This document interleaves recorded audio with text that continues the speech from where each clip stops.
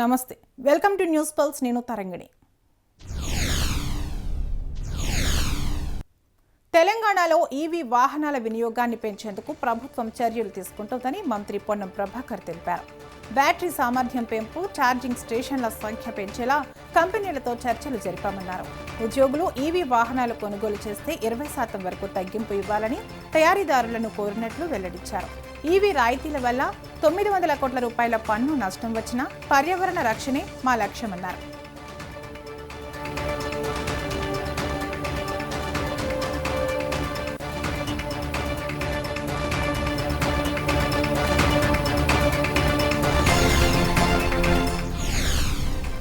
పోలవరం నల్లమల సాగర్ ప్రాజెక్టుపై తెలంగాణ దాఖలు చేసిన రిట్ పిటిషన్ విచారణను సుప్రీంకోర్టు 12వ తేదీకి వాయిదా వేసింది. అంతర్రాష్ట్ర జల వివాదాల్లో ఆర్టికల్ 32 కంటే ఆర్టికల్ 131 కింద సివిల్ సూట్ దాఖలు చేయాలని ధర్మాసనం సూచించింది. ఈ అంశంపై నిర్ణయం తీసుకునేందుకు గడువు కావాలని తెలంగాణ తరపు న్యాయవాది అభిషేక్ సింఘ్వి కోరారు. కేంద్రం ఏర్పాటు చేసిన కమిటీ ముందుకు వెళ్లి సమస్యలు చెప్పుకోవచ్చని సీజేఐ జస్టిస్ సూర్యకాంత్ తెలిపారు. వివాద పరిష్కారానికి ఇరు రాష్ట్రాలు మధ్యవర్తిత్వాన్ని కూడా పరిశీలించాలని కోర్టు సూచించింది.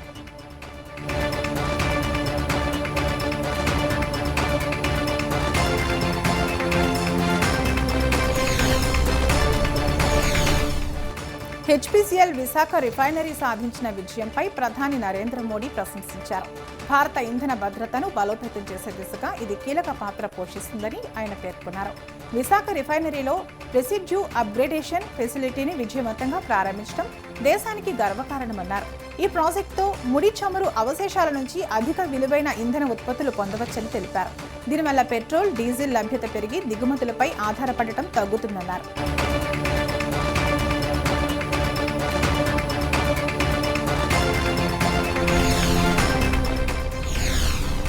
ఆంధ్రప్రదేశ్లో పర్యాటక రంగంలో సరికొత్త మార్పుకు క్యారవాన్ టూరిజం సిద్ధమైంది. కూటమి ప్రభుత్వం అధికారంలోకి వచ్చిన తర్వాత పర్యాటకంపై ప్రత్యేక దృష్టి పెట్టింది. ఈ క్రమంలోనే రాష్ట్రంలో తొలిసారిగా క్యారవాన్ వాహనాలను ప్రవేశపెట్టింది. మొదట 4 మార్గాల్లో ఈ వాహనాలు నడపనున్నారు. ఏపీటీడీసీ పోర్టల్ ద్వారా సులభంగా బుకింగ్ చేసుకోవచ్చు. ఒక్కో వాహనంలో 10 నుంచి 12 సీట్లు ఉండగా చిన్న కుటుంబాల కోసం 5 నుంచి 6 సీట్ల ప్రత్యేక క్యారవాన్లను కూడా తీసుకురానున్నారు. సంక్రాంతి పండుగకు ప్రత్యేక ప్యాకేజీతో పర్యాటకులకు కొత్త అనుభూతి అందించనున్నారు.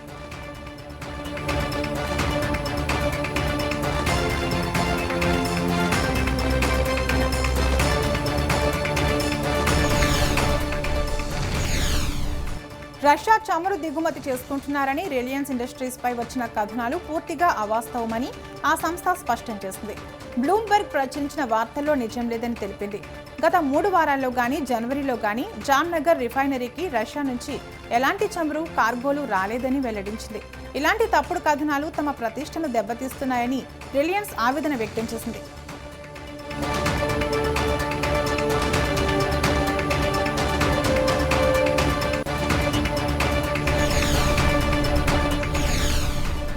కాంగ్రెస్ సీనియర్ నేత, కేంద్ర మాజీ మంత్రి, భారత ఒలింపిక్ సంఘం మాజీ అధ్యక్షుడు సురేష్ కల్మాడి కన్నుమూశారు.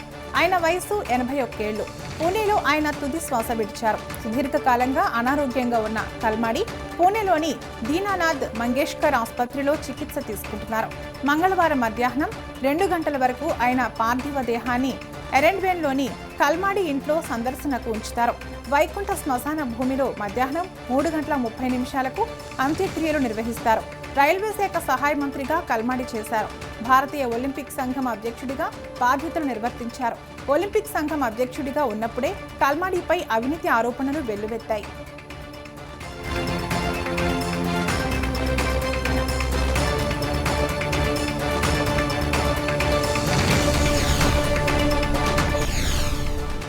దేశ రాజధాని ఢిల్లీలో కాల్పులు కలకలం రేపాయి. మంగళవారం తెల్లవారుజామునే ద్వారకాలోని ఆయా నగరాల్లో ఢిల్లీ క్రైమ్ బ్రాంచ్ పోలీసులు 2 దుండగుల మధ్య భీకర కాల్పులు జరిగాయి. దాదాపు 69 రౌండ్లు కాల్పులు జరిగినట్లు తెలుస్తోంది. ఈ ఘటనలో 2 దుండగులు కాళ్లకు బుల్లెట్లు గాయాలయ్యాయి. దుండగులు 2ని పోలీసులు అదుపులోకి తీసుకున్నారు. ఈ ఘటనకు సంబంధించి పూర్తి వివరాలు తెలియాల్సి ఉంది.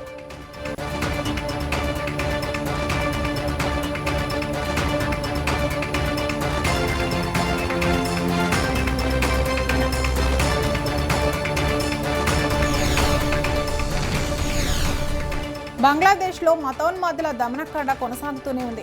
మైనార్టీలైన హిందువులపై దాడులు కొనసాగుతూనే ఉన్నాయి. రాణా ప్రతాప్ బైరాగి అనే జర్నలిస్టు హత్య జరిగిన 24 గంటల్లోపే మరో హిందూ వ్యాపారిని చంపేశారు. నర్సింగ్డి జిల్లాలో అత్యంత రద్దీగా ఉండే చార్ సింధూర్ బజార్లో మణి చక్రవర్తి కిరాణా దుకాణం నిర్వహిస్తున్నారు. సోమవారం రాత్రి అతని షాప్లోకి కొందరు దుండగులు చొరబడి పదునైన ఆయుధాలతో దాడి చేశారు. తీవ్రంగా గాయపడిన మణి చక్రవర్తిని స్థానికులు హుటాహుటిన ఆసుపత్రికి తరలిస్తుండగానే మణి చక్రవర్తి ప్రాణాలు కోల్పోయాడు. బంగ్లాదేశ్లో హిందువులపై తరచూ దాడులు జరగడంపై స్థానికులు భయాందోళనలు వ్యక్తం చేస్తున్నారు.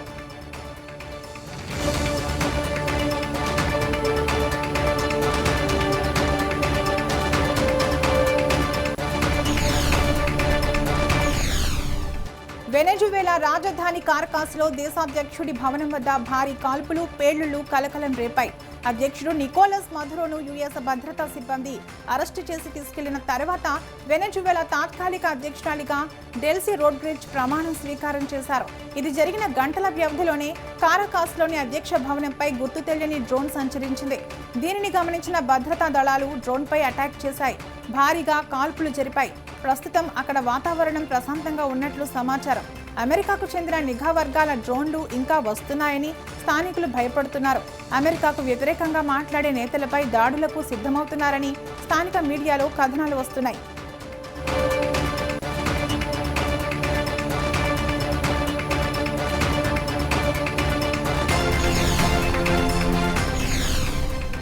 అగ్రరాజ్యం అమెరికా తన నీచ సంస్కృతిని మరోసారి బయటపెట్టింది. గ్రీన్లాండ్పై అమెరికా నియంత్రణ ఉండాలని దేశాధ్యక్షుడు డొనాల్డ్ ట్రంప్ ప్రకటించారు.